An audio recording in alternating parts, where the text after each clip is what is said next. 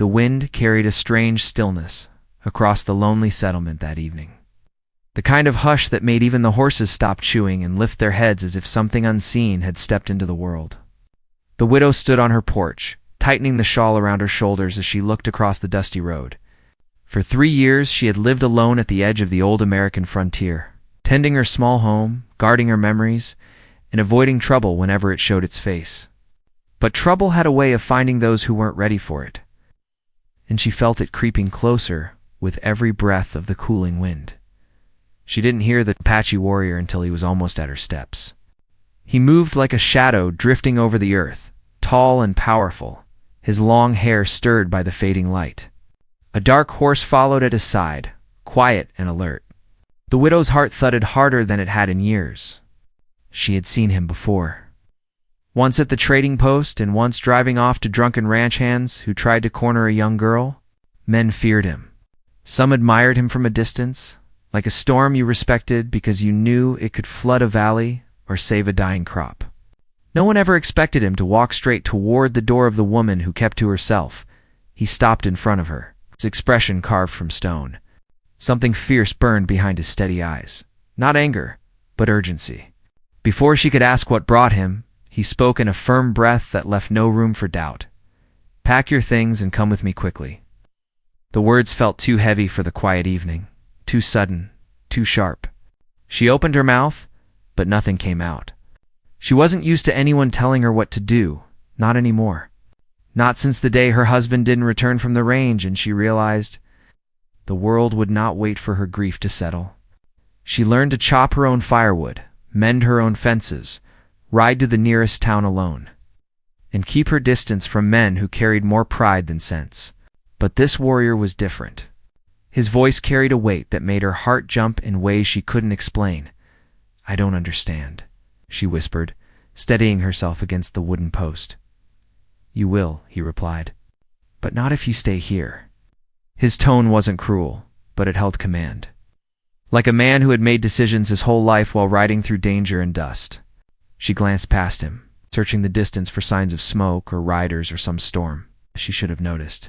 Nothing. The land looked as it always did. Wide and calm, glowing gold beneath the sinking sun. "Why me?" she finally asked. He didn't blink. "Because your life is in danger." Her breath caught. For a heartbeat, she couldn't move. She lived a quiet life, never bothering anyone, never stepping into ranch disputes, never crossing boundaries. Who could want to harm a widow with so little to her name? She forced out a shaky laugh, trying to ease the tension pressing against her chest. "I think you have the wrong house." "I do not," he said. "I have been watching the road. They are coming." "Who?" The warrior didn't answer right away. His jaw clenched the way a man's did when he carried too much truth and not enough breath to hold it in. He stepped closer, lowering his voice. "3 riders. Men with no honor. They think you have something they want." Her hands grew cold. She clutched her shawl, feeling the loose threads dig into her fingers. She had nothing of worth except her land, a few tools, and a small wooden box of keepsakes. Nothing worth killing for. At least, not in her eyes. "I haven't done anything," she whispered. "Doesn't matter. They chose you because you are alone." The words hit her harder than she expected. Alone. She had never been afraid of solitude. But hearing it spoken by someone who lived between worlds made it sound like a weakness she never meant to carry. The Apache warrior glanced toward the horizon again. The sun had dipped lower, painting the sky with streaks of fire. He looked back at her with a seriousness that made something inside her shift. "You step inside and gather what you need, only what you can carry. You have little time." She didn't move. Her legs felt rooted to the porch like old oak roots buried deep beneath the earth. She studied the warrior's face, searching for deception, for any sign that he meant her harm instead of help. But all she found was an unbreakable steadiness, the kind forged by surviving battles and crossing deserts that most people would never dare to face. "Why would you help me?" she asked softly. He hesitated, just slightly, as if weighing a truth held close to his heart. "Because you are not meant to face this night alone." Oh. The way he said it sent a ripple through her chest. She didn't know him, not truly, but she felt something powerful in his presence. Something that made her trust him more than her own fear. The frontier had a way of shaping people into who they needed to become. Maybe life had shaped him into a man who couldn't walk past danger without stepping in front of it. Still, doubt tugged at her. She looked again at the open land, at the quiet path winding away from her porch, at the fields that survived storms she barely escaped. This was her home. Her memories lived in the walls. Her husband's last carving still rested near the window. Could she really walk away without knowing when she might return? As if sensing her hesitation, the warrior leaned a little closer. If you stay, they will reach you before the moon rises. Her heart hammered. Something inside her broke free, pushing her toward movement. She turned and stepped into her house. Her hands trembled as she grabbed her shawl, a small bag, a short knife her husband had given her, and the worn wooden box she never left behind. Every second felt stolen. She heard her own breath louder than anything else, as voices of memories tangled with the sharp edge of fear. When she stepped back outside, the warrior was already tightening the saddle straps on his horse. He didn't rush her, but he watched the shadows stretching across the land with an alertness she didn't question anymore. "You ready?" he asked. She nodded, though her pulse still trembled beneath her ribs. He motioned for her to mount. But instead of climbing onto her own old mare standing near the fence, he pointed to his horse. "With me," he said. "It will be faster." Her breath hitched again. Riding with him meant trusting him completely. Trusting a man she barely knew, trusting the strength of his arms, trusting the direction he chose through land she didn't understand. But thunder sounded faintly across the open plains. Not real thunder hoofbeats. The riders were coming. The warrior stepped beside her, his voice steady as steel drawn from a sheath. "Choose now." Her fingers tightened around the strap of her small bag. The wind shifted. The sound of approaching danger grew louder. She took one step forward, then another. She placed her hand on the horse, and before she could lift herself onto the saddle, something in the distance caught her eye. Freezing her blood cold, a dark silhouette appeared on the ridge, then another beside it. And then a third the riders had already arrived, and they were watching them. The widow's breath faltered as she stared at the ridge. The three silhouettes didn't move at first. They sat on their horses, like shadows carved from the dusk itself, dark shapes against the fading light. One leaned forward slightly, as if studying her. Another lifted something that glinted faintly, maybe a rifle catching the last edge of the sun. She felt her stomach tighten. The Apache warrior followed her gaze. His jaw hardened, but he didn't show fear. Instead, he adjusted the reins, placing himself slightly in front of her as a shield. That small gesture alone carried a weight she didn't expect, one that made her realize how serious the danger truly was. "Don't look back again," he murmured. "Mount." She swallowed hard, feeling her fingers shake. She grabbed the saddle and pulled herself up, settling behind him. The horse shifted under their combined weight, but the warrior steadied it with a firm hand. She could feel the heat of him, the strength in his shoulders, and the tense readiness in his stance. He clicked his tongue, and the horse turned toward the open trail leading away from the homestead. Before they moved, she glanced once more at the ridge. The silhouettes were gone. Her heart dropped. "They moved," she whispered. "I know." His answer was calm but sharp, like someone who had lived his whole life reading the ground for danger the way others read ink on a page. He nudged the horse forward. The animal obeyed, stepping swiftly into the open land beyond her lonely cabin. The wind picked up, brushing dust behind them, as if trying to erase their tracks. The farther they rode, the more questions clawed at her mind. Every hoofbeat carried them deeper into uncertainty, and the warrior's silence only fed the tension. She wanted to understand what these men wanted, why they had come tonight, and why this warrior of all people had chosen to save her. The horse moved smoothly beneath them as the prairie stretched wide, dotted with sagebrush and the last breath of sunlight. She finally gathered courage to speak. "You said they want something. I don't know what that could be." "I do," he answered. She felt her body stiffen. "How could you know?" Because I heard them, he said. 3 nights ago, near the river crossing, they stopped at the old shack where travelers sometimes stay.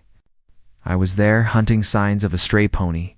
They didn't see me. His voice held the steady rhythm of memory, not guessing. They spoke your name. They said the widow, who lives alone at the edge of the settlement, had something worth taking. They argued about whether to wait for a moonless night or strike sooner. Hearing that made her throat tighten painfully. My name? She whispered. Why would they know my name?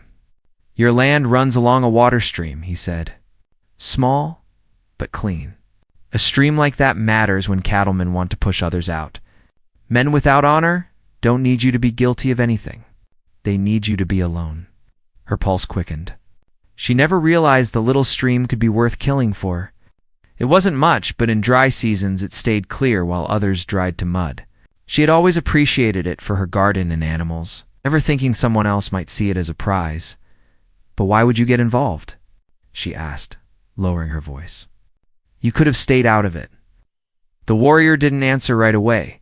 His silence hung between them, alive and heavy. Finally, he spoke.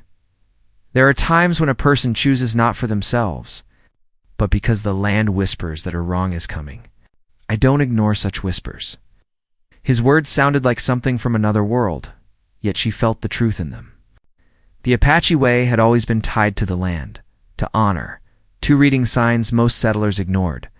Still, she sensed more beneath his reason, something he didn't speak aloud yet. They rode deeper into the plains. The sky turned darker, stars creeping into the horizon like tiny embers watching from above. She tightened her grip around the small bag she held, as the wooden box pressed safely against her side. After a long stretch of silence, she asked, What will they do when they reach my home and see I'm gone? They will track us, he said, but we have a lead. And when they find us, then we act. Though his words should have frightened her, something in the calm certainty of his tone steadied her spirit. This man had faced danger before, maybe more times than she could count. The flutter in her chest eased slightly, but a new worry surfaced. Where are you taking me? To my people's old hunting grounds, he replied. Few know the paths. Fewer would dare follow. She nodded, though she had never traveled so far from her home. The land out here felt wild, untouched, stretching wide like an ocean of grass and memory. In the distance, she saw a faint glow rising from behind a set of low hills. What is that? She asked. Campfires, he said, but not the riders. My clan rests there sometimes when the nights grow cold. You trust them with me? I trust them with my life. His answer was simple, and it eased her more than he realized.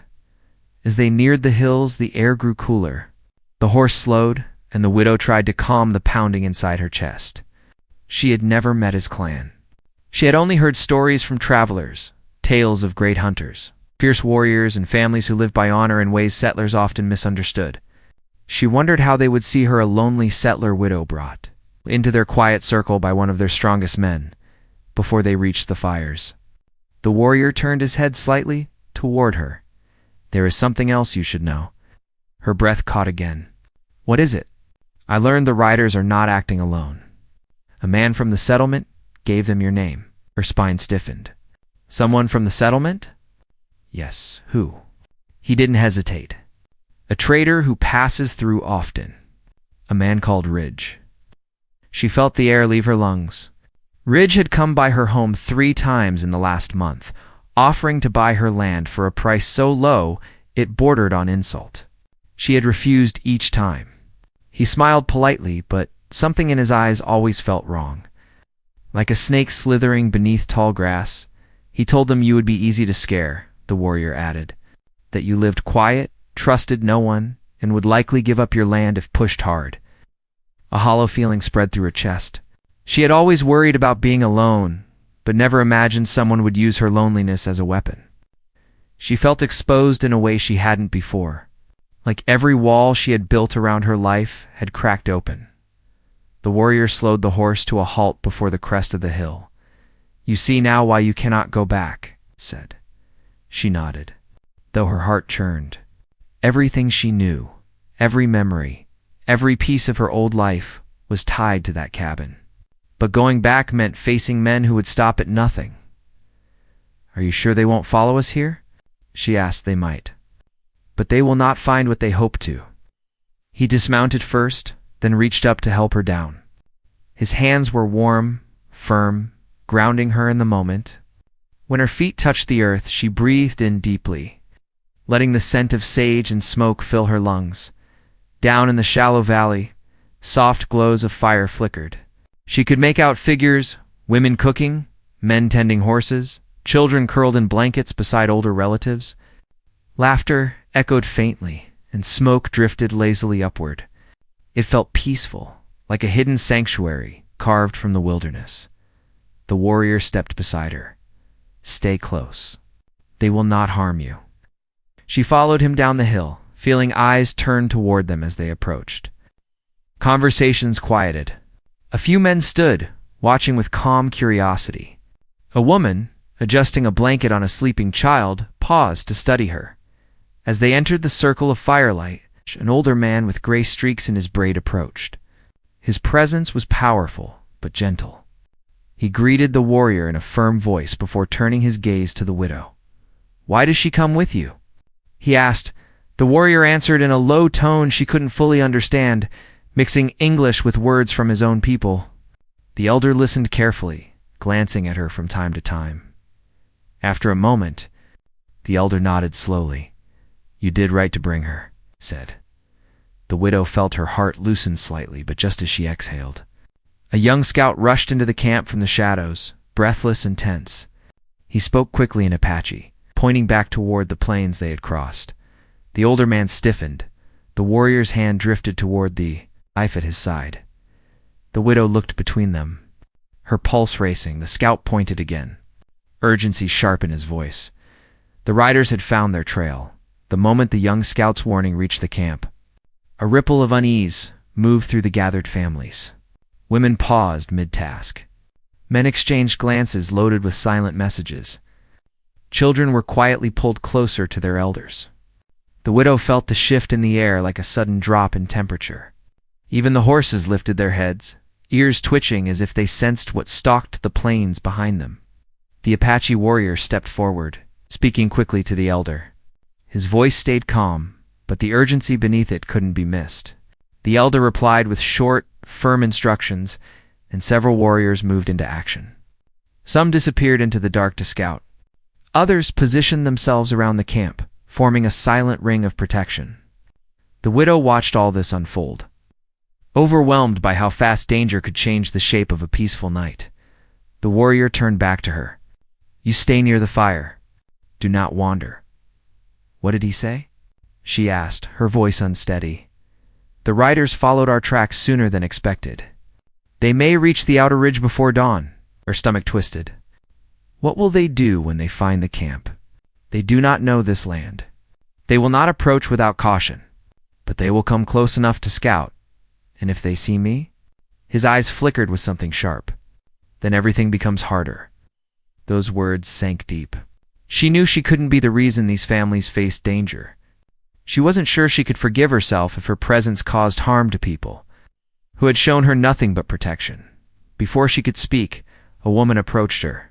She was tall, carrying herself with calm strength. Her long hair was braided with small beads that clicked softly as she moved. She extended a hand to the widow. "You come," she said gently. "Sit. Warm." The widow hesitated, but she followed. The woman led her to a spot beside the fire, offering her a woven blanket. The warmth wrapped around her like a shield. She watched the camp shift into silent readiness, feeling painfully visible among strangers. The woman sat beside her. "You fear?" She nodded. "I didn't mean to bring trouble. Trouble comes without invitation," the woman replied. "But you are not alone now." Those quiet words eased something inside her. She stole a glance toward the warrior, who stood with the elder and several fighters. His posture held the weight of someone who had accepted responsibility long before this night. She wondered what burdens he carried. What tragedies had shaped him into a man who acted before fear could claim him. "Who is he to your people?" the widow asked softly. The woman smiled faintly. He is called Red Hawk, she said the name with pride, as if speaking of someone who had earned their place in countless ways. He is brave, hard on himself. He listens more than he speaks. Some say he was born with the storm in his spirit. The widow absorbed that. Red Hawk. The name suited him as naturally as breath. He risked himself to bring me here, she whispered. Why? The woman's smile faded. Because he knows what it is to lose a home. And he knows what it is when men without honor circle like wolves. The widow looked down at her hands, trembling slightly under the blanket. Her mind kept drifting back to Ridge, the trader with the polished boots and false kindness. She remembered the last conversation they had, when he tried again to buy her land. He smiled, but his eyes stayed empty, like he'd already planned out what he would take if she refused. I should have known, she said under her breath. Something always felt wrong about him. You know now, the woman replied gently, and knowing helps you fight. Shout rose from the far edge of the camp. Not a frightened cry, but a call of alert. Red Hawk and several warriors hurried toward the sound. The widow stood quickly, fear grabbing her spine. What's happening? She asked. The woman placed a steadying hand on her shoulder. One of our saw movement on the ridge. Not close. But watching, the widow's pulse thundered. So soon? The riders were out there, hiding in the dark, searching. She imagined them sitting on their horses, scanning the valley with hungry eyes, ready to take what didn't belong to them. Red Hawk returned moments later. He stopped in front of her, the firelight casting shadows across his strong features. They are not attacking tonight, he said. They want to see who is here first. Scouting, she said. Guess, but they don't know this valley. They think they have time. They are wrong. The widow noticed something else in his eyes. Not just readiness. A deeper conflict. A heavy thought he wasn't saying.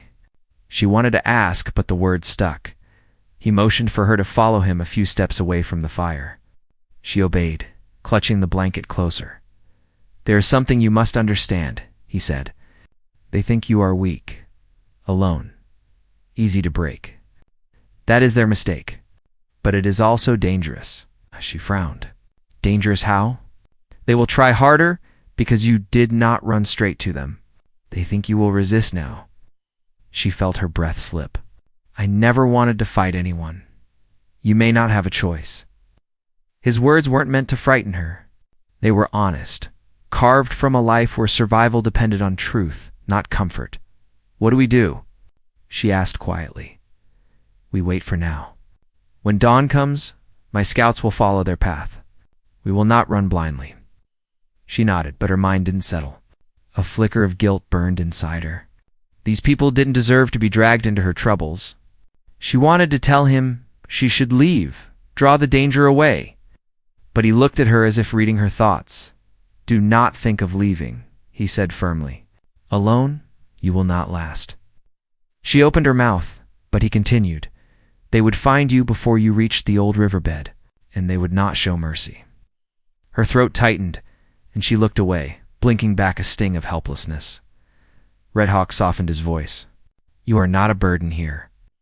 She met his eyes again, and something passed between them, something quiet but strong. A bond forming not from romance, but from a shared fight neither asked for. A distant howl echoed across the plains, carried by the wind. The widow shivered. Red Hawk's hand brushed the hilt of his knife instinctively. They grow bold, he muttered. The closer they creep, the more they test the dark. She imagined the riders sitting just beyond the hills, whispering plans, waiting for morning. It sent a cold shudder along her spine. Later that night, while the camp settled into uneasy rest, Red Hawk walked the outer perimeter alone. The widow watched him from a distance, feeling an unexpected pull of worry. He stopped often, listening, reading the land with a hunter's precision. Meanwhile, inside the camp, another subplot unfolded. The young scout who had delivered the warning sat sharpening his arrowheads, glancing at the widow with open curiosity. He whispered to another youth beside him. She is strong to ride with Red Hawk, he said. Not many would trust him so fast. She had no choice, the other replied. Still, There is something different about her. Their quiet conversation drifted through the air. But the widow pretended not to hear. The elders whispered too, worried about what this conflict meant for their peaceful valley. Some feared that helping her could bring trouble they weren't prepared for. Others argued that turning her away would stain their honor. The discussions grew tense, showing how deeply the threat cut into their way of life. Near midnight, the scout returned a second time with new information. He had ventured farther toward the ridge and spotted traces of fresh tracks. Not many, maybe 3 sets of hooves circling. But he also noticed something else, an extra mark in the dirt, the sign of a heavy wagon wheel. Red Hawk frowned when he heard this. They brought a wagon. He asked. Yes, the scout said. Hidden behind brush? The widow's heart dropped. Why would they need a wagon? Red Hawk looked at her with a grim expression. A wagon is used to carry something. Or someone. The implication hit her like a blow.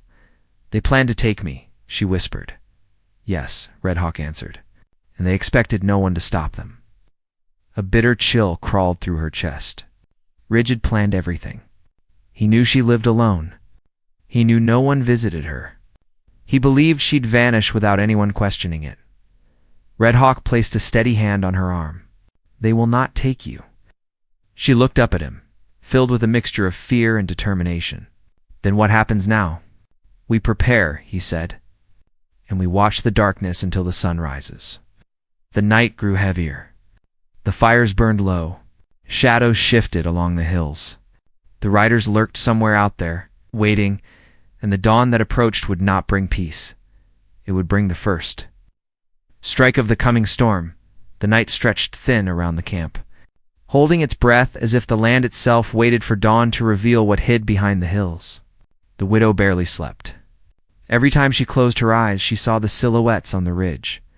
The glint of metal at sunset, the wagon hidden in brush. The idea that someone had planned to take her, drag her away like a pack animal, clung to her chest like thorns. The soft crackle of dying firelight kept her company, as she sat wrapped in the blanket the woman had given her. She watched Red Hawk pace the far edge of the camp, his shadow long and steady. He moved with purpose, as if every footstep carried a promise he didn't intend to break. Even in the dark, she could sense the tension around him. A quiet storm building behind his calm face. Just before dawn, a pale gray glow touched the horizon. The first scout returned from his night watch, breath quick, eyes sharp. He went straight to the elder and spoke in hushed words. Red Hawk joined them, and the widow stood slowly, nerves prickling like needles along her arms. The elder looked toward her, his expression grave. Red Hawk walked to her with the tightness of someone who had just heard something unwelcome. They are closer than we thought, said. They came down the ridge during the night. Her breath hitched. They're near the valley? Yes. How near? He hesitated just long enough to make her heart race. 1/2 mile, maybe less. A tremor ran through her. She looked around the camp at the families waking with soft murmurs, unaware of the danger creeping like frost on their doorstep. The guilt in her chest doubled. I shouldn't be here, she whispered. This is my trouble, not yours. I can't put your people at risk.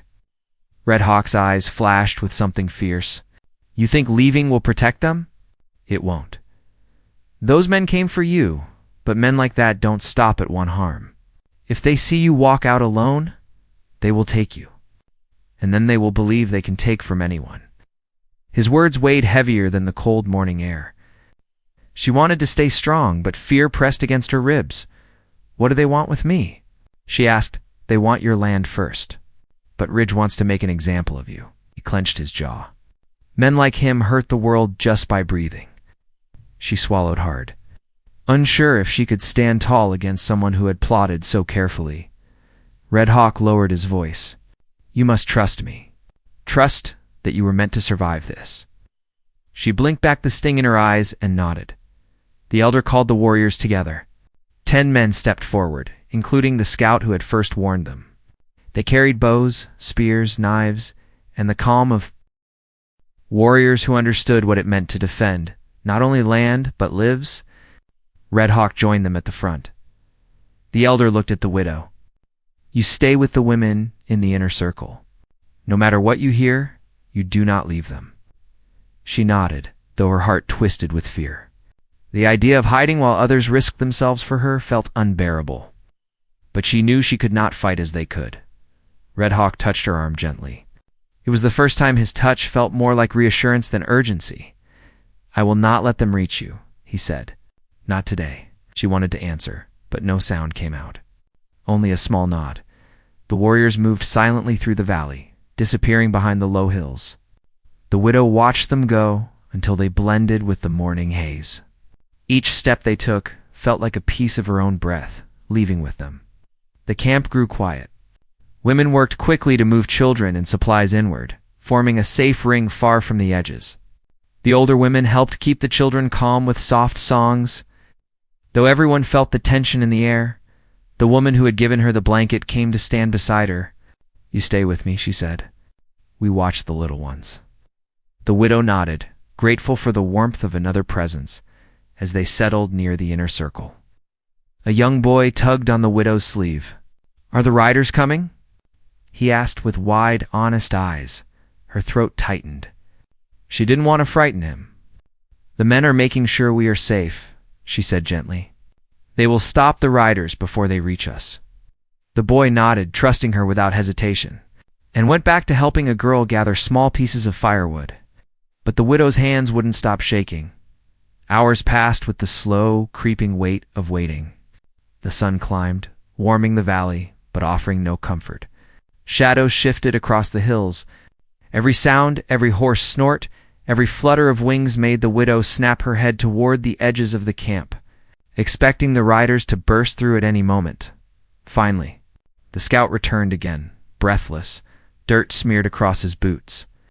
He rushed toward the elder and spoke quickly. The elder's face hardened. The widow's heart dropped. She knew the news wasn't good. Red Hawk wasn't with the scout. The elders gathered, tension heavy in their words. The widow stepped forward, unable to stay silent. "Where is Red Hawk? Where are the others?" The scout caught his breath. They saw something. Not riders at first, tracks, fresh ones leading toward the old canyon path. They followed.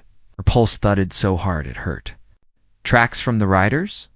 Yes, but also something else. A wagon wheel dug deep in dry mud. They knew trouble was near. "So where are they now?" she asked. The scout hesitated. "They are chasing the riders." The riders split into two groups. One heading north. One circling back behind the valley.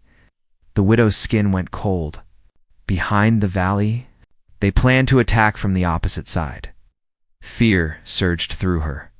The camp was prepared for danger from the ridge, not from the far rear, where the hills dropped sharply into dense brush. "How many riders are coming from behind?"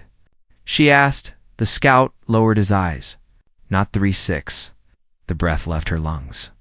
Ridge had brought more men, more weapons, more cruelty.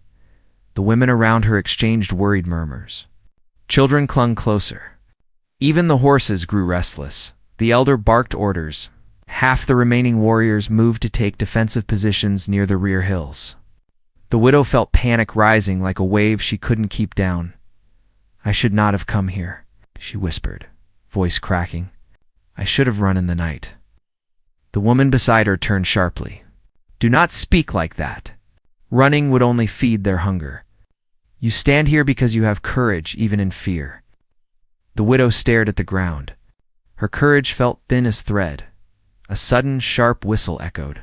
Across the valley, then another. The warriors stiffened. The elder raised his hand. They signal. They saw movement.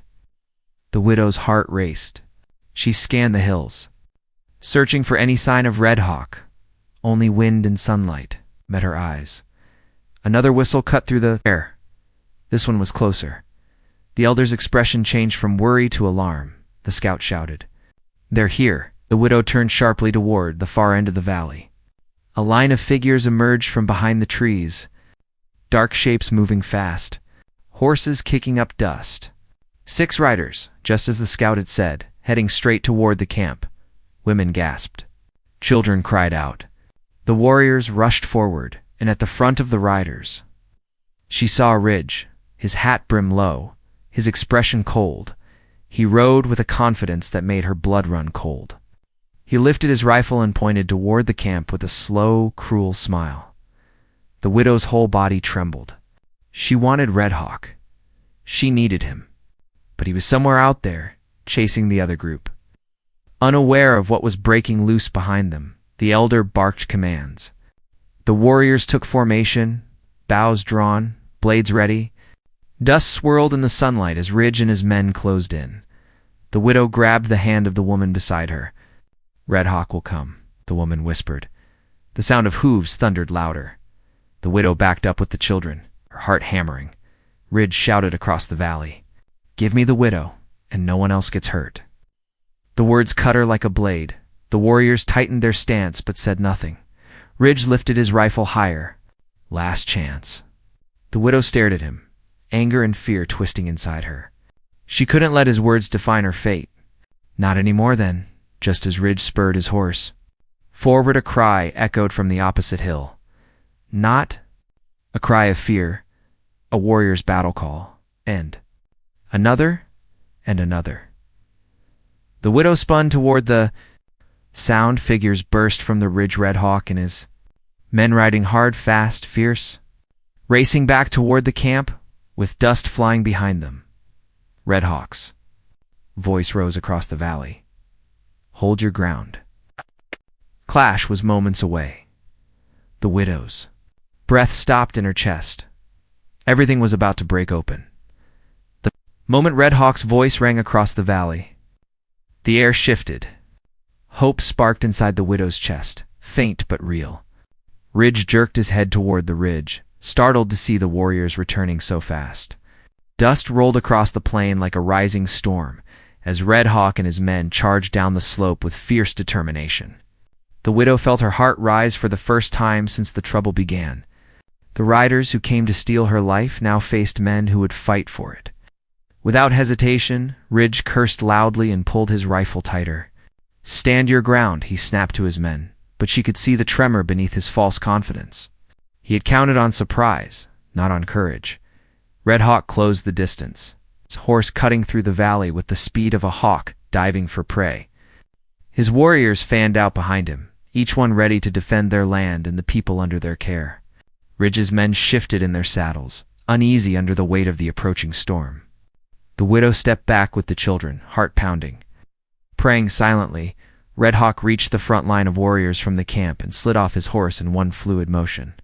For a brief moment, his eyes found her across the valley, and something unspoken passed between them. Strength, trust, promise. He raised his voice clearly. This land is not yours to take. Leave now.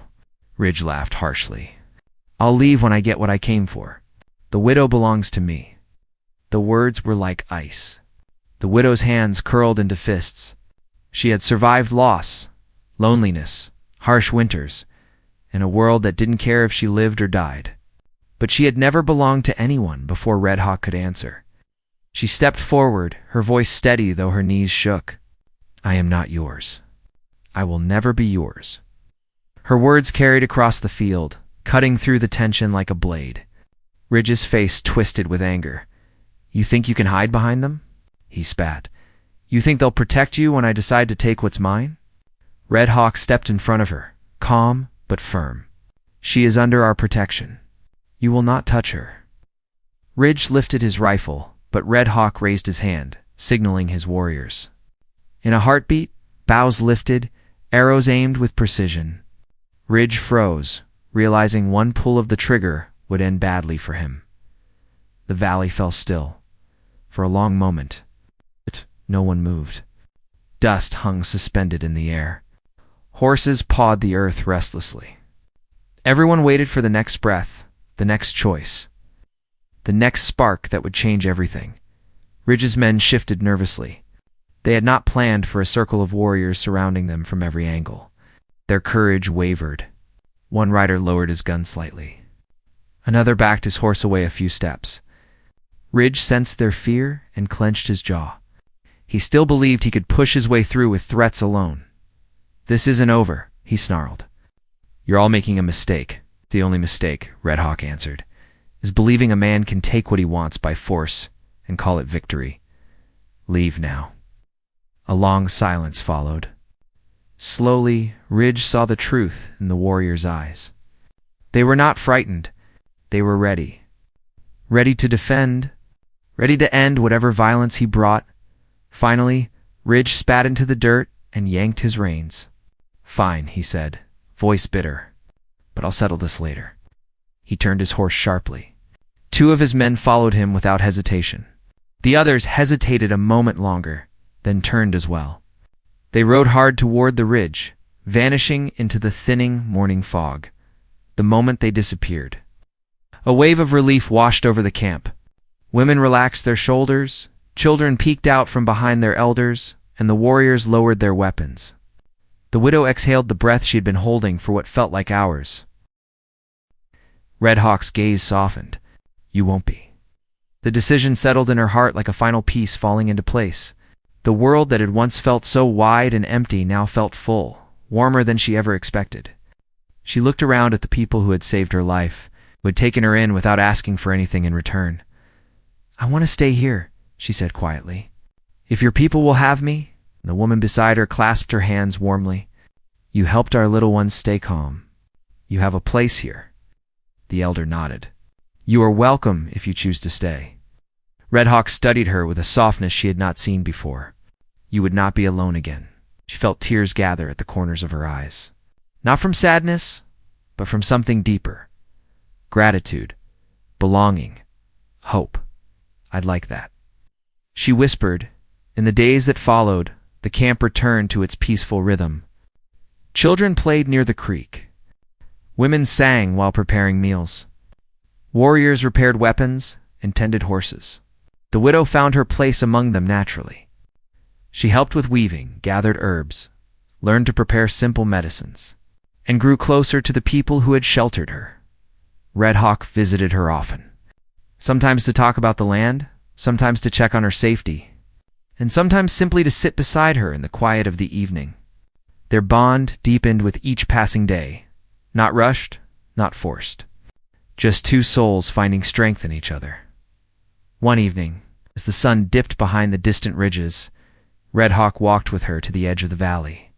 The sky bloomed with orange and gold, painting everything in warm light. The air smelled of sage and calm wind.